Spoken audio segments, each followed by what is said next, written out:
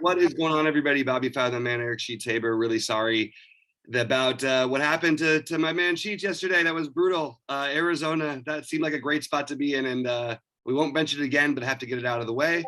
And other than that, not a good day for me. It doesn't sound like you had a great day either, but still, the season's almost over. We've got a lot of craziness today to bet on if we want to. Sheets, how did you do? And what are your thoughts on today's NFL slate? Yeah, first of all, with respect to Survivor, yeah, we had again, I'm in this bit. I was in this big circle pool that like down to 23 people paying like 6 million, and I got like really really good leverage. I had Arizona as a 13-point favorite, and only like 4 other people took them, as opposed to Miami, who was like an 11-point favorite, and like 2/3 of the pool took them. So I had really really impressive leverage. And as I've been mentioning with respect to DFS and stuff, all you could do is judge your decision at the time that you have like all the numbers that are just kind of like spread out to you. And once our projections were right as far as the ownership goes, and so we had the leverage, and then you just got to leave it in the hands of the the football gods. And as I mentioned, even if you're an 85% favorite to win, I mean 15% is a lot, and that's just part of what you do. I have another Survivor pool. It's down to 35 that still pays 6 figures to win, so I'm still rooting for that. So that's okay. And with respect to DFS, yeah, I didn't have a very good day at all at the DFS.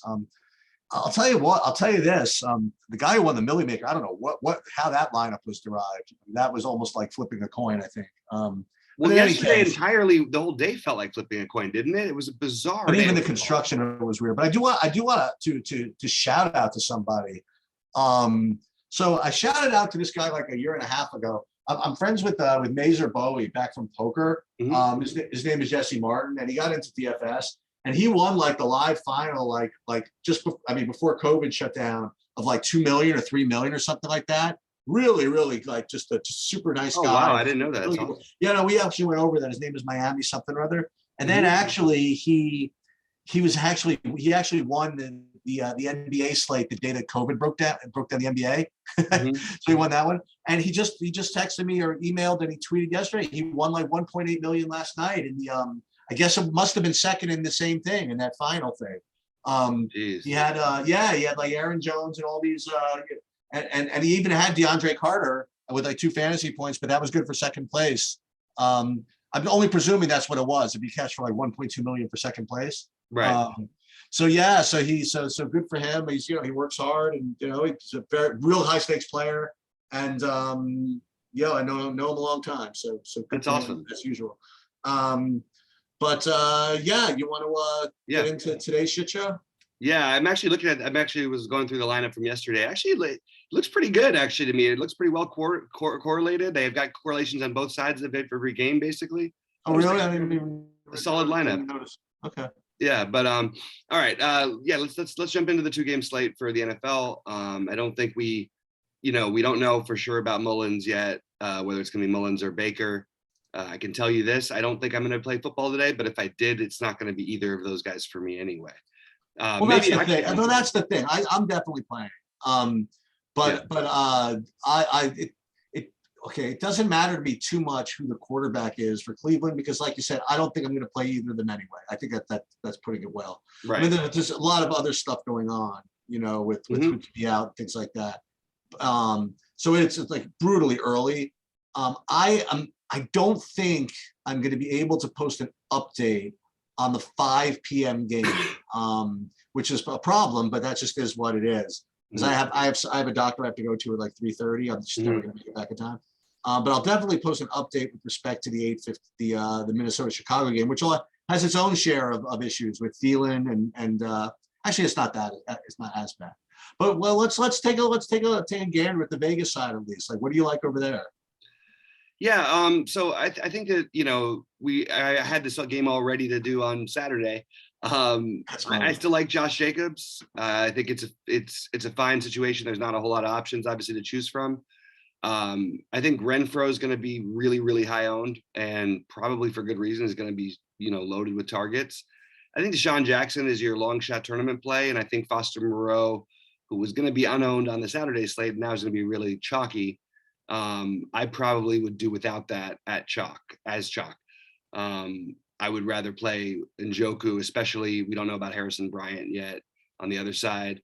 And then Peoples-Jones is going to be really popular because you don't need to spend down. But if you did, I think actually spending down for Higgins and leaving money on the table might be a better way to go. And I really like Chubb and Jacobs are my main plays from this game. Yeah, I like Jacobs. I like Renfro. If you're gonna play the showdown slate, you might consider Jalen Richard. I think he's really cheap over there. But in the main slate, I don't think I could do it. I don't think I could do it at 4K. But I like I don't know. I like the receivers here. I like your idea of Deshaun Jackson. Moreau is fine, and then all these guys are okay. I think Zay Jones. And you know, we talk about this. We're going to talk about this more as we get into playoffs. Is these 2-game slates? If you play the 2-game slates, and you have to kind of treat them. It's weird because you want to treat them almost like a showdown, but you don't get showdown pricing. That's what I was just kind of alluding to. You know, like in a showdown, you can get guys at like 200.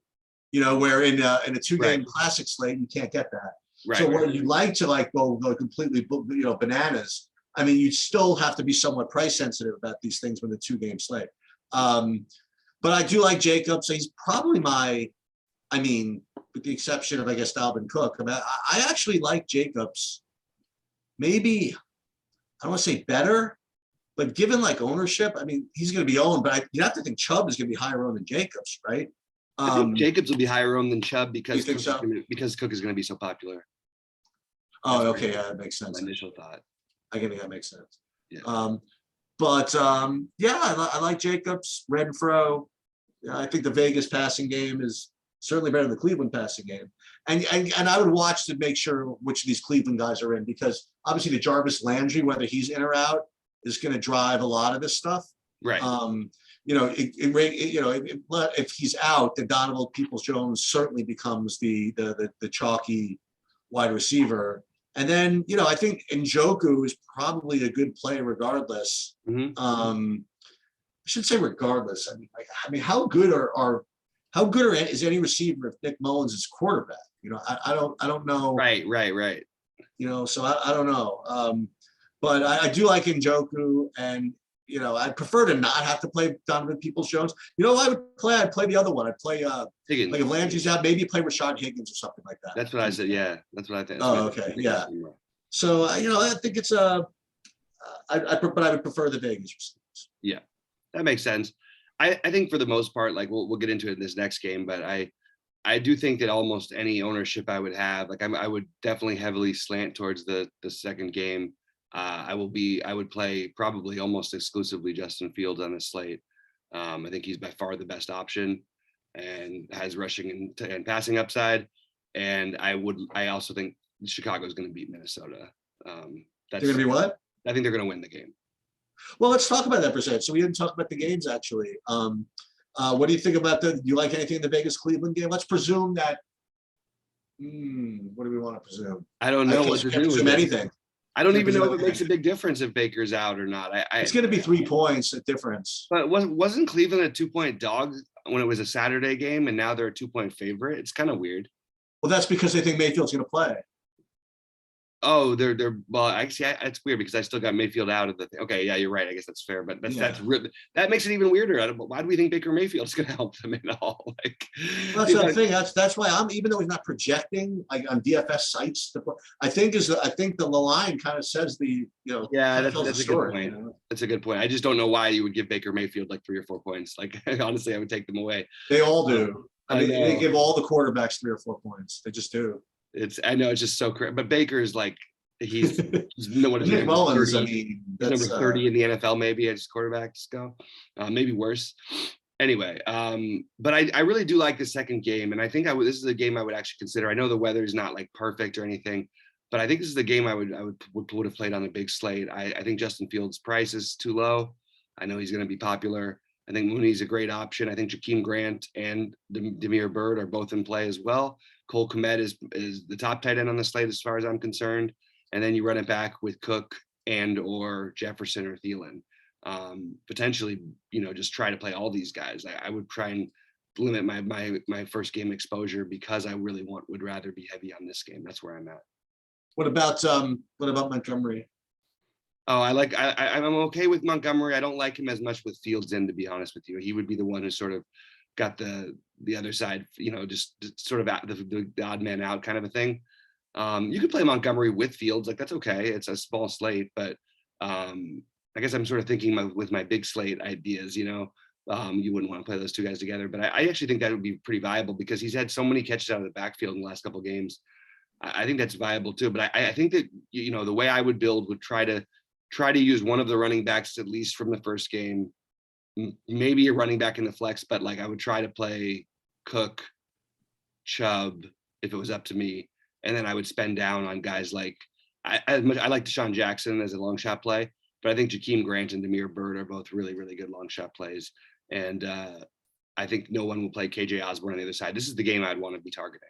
Well, what you kind of alluded to is probably the most popular player on the slate who, if you could fade him and get away with it, it's gonna be really, really strong, is Justin Jefferson, right? So if you could do some of the things that you just mentioned, and get away with it. Remember, wide receiver is still a volatile position. Then you're gonna have really, really good leverage. Like you play, obviously any of the wide receivers as opposed to Jefferson is good leverage. And even like playing Cook is, I guess, sort of leverage, you know what I mean? But Jefferson himself is going to be really popular unless Thielen is back, which is that's not been confirmed yet, one way or the other. I don't think. I think he's projected to play right now. He is, but I don't know for sure on this one. And if he's not, I think KJ Osborne is a really strong play. Yeah, I do too. But is it one of those things where because the 2-game slate, if Thielen is in, like you still want to play KJ Osborne? Maybe because of how low the ownership will be. I think that's okay.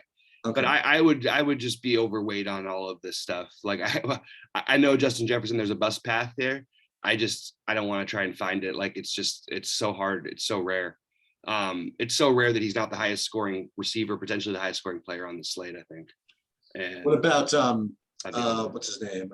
So you mentioned Cole Kmet. I like him a lot.